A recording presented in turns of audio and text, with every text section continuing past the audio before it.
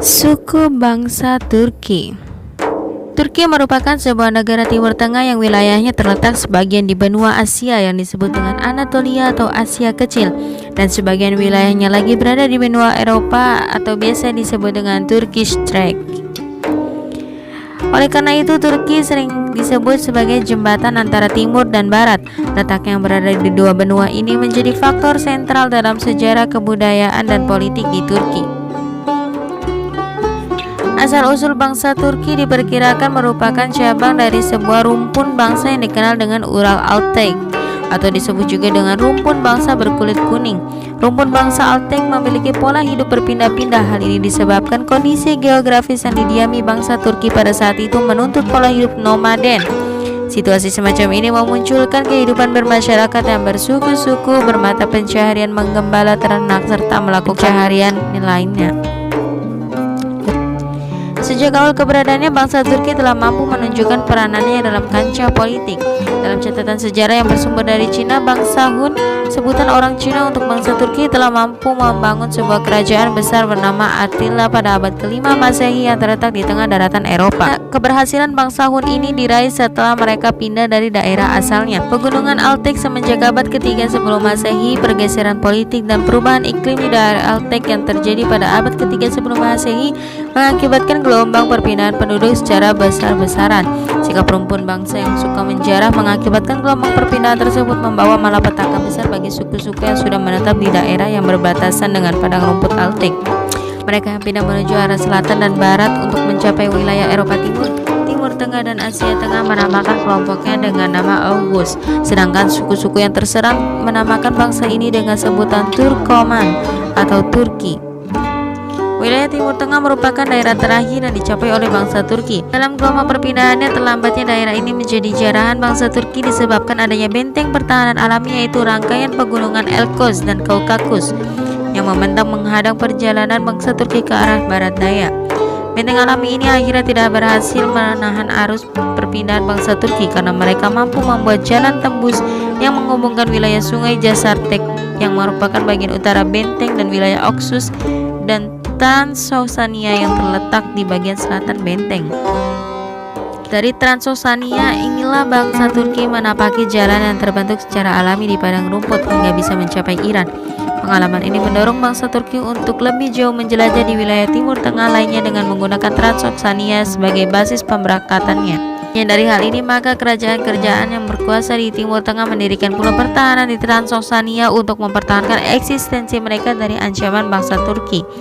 Hingga abad ke-11 Masehi, sebagian besar dari kerajaan-kerajaan yang berkuasa di Timur Tengah masih mampu bertahan dari rongrongan bangsa Turki. Tangguhnya pertahanan Timur Tengah ini membuat bangsa Turki mengalihkan daerah jarahannya ke wilayah-wilayah yang lebih luas. Mereka menuju ke wilayah yang sekarang disebut Rusia dan Eropa Timur dan terletak di sebelah barat laut kediaman asli bangsa Turki. Namun demikian bukan berarti mereka merupakan daerah yang berbatasan dengan Timur Tengah. Sekelompok bangsa Turki masih menetap di daerah perbatasan Timur Tengah dan akhirnya berasimilasi dengan budaya setempat. Suku bangsa Mongol. Suatu bangsa pasti mempunyai perjalanan sejarahnya masing-masing dengan perbedaan antara satu bangsa dengan bangsa lainnya. Semua tergantung pada lingkungan geografis mereka tinggal, pola hidup masyarakat, serta kebijakan para penguasanya. Dan dalam hal ini bangsa Mongol adalah merupakan salah satu bagian dari bangsa-bangsa besar dalam sejarah perjalanan dunia yang mampu mengubah tataran keadaan ekonomi, politik, sosial, dan budaya suatu bangsa. Bangsa Mongol dengan kondisi lingkungan geografis yang mereka tempati padang rumput yang sangat luas di Asia Tengah selama ribuan tahun telah menjadi tempat tinggal bagi suku-suku nomad, termasuk ras Mongolia atau ras kuning. Mereka selalu berpindah-pindah dari satu tempat ke tempat lainnya bersama dengan kuda, sapi, domba, dan hewan-hewan ternak lainnya. Mereka tinggal di dalam tenda dan kereta gubuk. Kesederhanaan adalah aturan hidup mereka, karena properti mereka hanya terdiri dari sekumpulan hewan ternak, pakaian, dan senjata. Bekerja mengembala menggunakan kuda membuat mereka terbiasa dengan kelelahan dan penderitaan. Penggunaan senapan sehari-hari membuat setiap orang menjadi prajurit. Ketika populasi meningkat terlalu cepat atau ketika padang rumput mengering dan sedikit air yang tersedia, para penduduk harus imigrasi lebih jauh dan lebih jauh untuk mencari makanan. Beberapa dari mereka sampai ke lembah-lembah sumur Cina hingga menjelang akhir abad ke-3 sebelum Masehi. Penguasa Cina membangun tembok besar. dengan panjang 1.100 mil dengan tujuan untuk mencegah orang-orang Mongolia masuk ke wilayah Cina.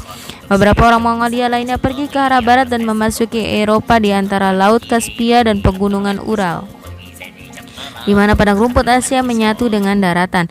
Secara geografis, bangsa Mongol yang berada di antara daratan Asia Timur berbatasan secara langsung dengan Rusia di sebelah utara dan Cina sebelah selatan. Geografi negara ini adalah Gurun Gobi di bagian selatan dan wilayah pegunungan yang dingin di bagian utara. Sebagian wilayah Mongolia sekarang terdiri dari gurun pasir. Titik tertinggi di Mongolia adalah Bukit Khuiten di Tavanbog dengan ketinggian 4,374 meter di atas permukaan laut. Kebanyakan wilayah negara ini merasakan suhu panas di musim kemarau dan suhu dingin di musim penghujan, dengan suhu rata-rata di negara tersebut adalah 30 derajat Celcius. Sedangkan secara wilayah, bangsa Mongol berasal dari daerah pegunungan Mongolia yang membentang dari Asia sampai dengan Siberia Utara, Tibet Selatan, Manchuria Barat, serta Turkistan Timur. Nenek moyang mereka bernama Alan Jakan, yang mempunyai dua putra kembar, Tatar dan Mongol. Kedua putra itu melahirkan dua suku bangsa yang besar, Mongol dan Tatar. Mongol mempunyai anak pertama bernama Ikhan dan yang melahirkan keturunan pemimpin bangsa Mongol di kemudian hari. Dalam rentang waktu yang sangat panjang, kehidupan bangsa Mongol tetap sederhana, dengan kemah-kemah dan berpindah-pindah dari satu tempat ke tempat lainnya, mengembala kambing dan hidup dari hasil buruan. Mereka juga hidup dari perdagangan tradisional, yaitu mempertukarkan kulit binatang dengan binatang yang lain, baik di antara sesama mereka maupun dengan bangsa Turki dan Cina yang menjadi tetangga mereka. Sebagaimana umumnya bangsa nomad, orang-orang Mongol mempunyai watak yang kasar, suka berperang, berani menghadang maut demi mencapai keinginannya. Akan tetapi mereka sangat patuh kepada pemimpinannya. Mereka menganut agama Syamania atau Shamanism, yakni menyembah binatang-binatang dan sujud kepada matahari yang sedang terbit. Sistem keagamaan bangsa Mongol yang tetap mengakui adanya Yang Maha Kuasa, akan tetapi tidak beribadah kepadanya, melainkan menyembah kepada arwah, terutama roh jahat. Mereka menganggap roh jahat dapat mendatangkan malapetaka dan bencana dengan memberikan berbagai sesajen persembahan, dan memuliakan roh arwah nenek moyangnya akan menjadikan kehidupan mereka lebih baik serta terhindar dari malapetaka. Selain menyembah kepada para binatang dan sujud kepada matahari serta roh, masyarakat bangsa Mongol sangat memuliakan arwah nenek moyang yang dianggap masih berkuasa mengatur hidup keturunannya. Kemajuan bangsa Mongol secara besar-besaran terjadi pada masa kepemimpinan Yesugei Yasugi Bagadur Han. Ia berhasil menyatukan 13 kelompok suku yang ada pada waktu itu. Setelah Yasugi meninggal, putranya Temujin atau Chinggis yang masih berusia 13 tahun tampil sebagai pemimpin. Dalam rentang waktu 30 tahun, ia berusaha memperkuat angkatan perangnya dengan menyatukan bangsa Mongol dengan suku bangsa lain, sehingga menjadi satu pasukan yang utuh, teratur, dan tangguh.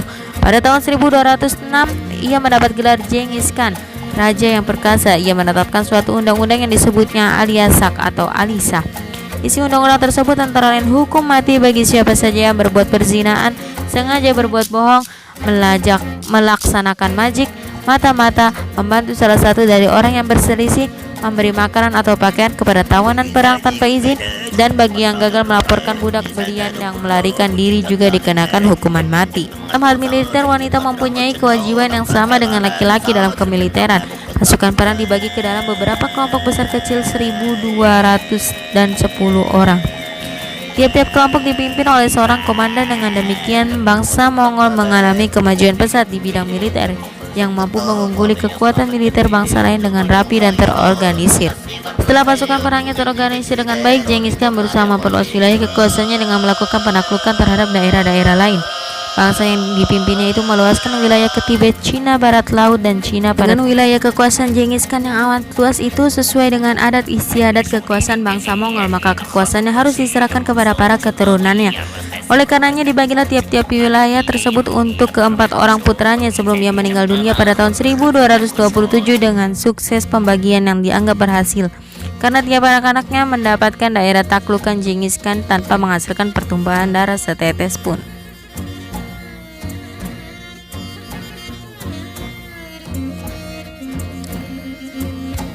Dan di antara lain anak-anaknya adalah yang pertama adalah Jochi, anak sulung yang mendapat wilayah Siberia bagian barat dan stepa Kipak yang membentang hingga Rusia Selatan. Yang kedua adalah Chagatai yang mendapat wilayah yang membentang ke timur sejak Transonia hingga ke Turkistan Timur atau Turkistan Cina. Kedua adalah Chagatai yang mendapat wilayah yang membentang ke timur sejak Transoksiania hingga ke Turkistan Timur atau Maogedai adalah putra Genghis Khan yang terpilih oleh Dewan Pemimpin Mongol untuk menggantikan ayahnya sebagai Khan Agung yang mempunyai wilayah di Pamir dan Tien Shan. Dan yang terakhir adalah Tolui, si bungsu yang mendapat bagian wilayah Mongolia sendiri. Baik pemirsa, itulah tadi 3 suku atau bangsa yang berhubungan dengan Islam. Dan tayangan tadi menutup perjumpaan kita kali ini. Saya Afia Nuha pamit undur diri. Wassalamualaikum warahmatullahi wabarakatuh.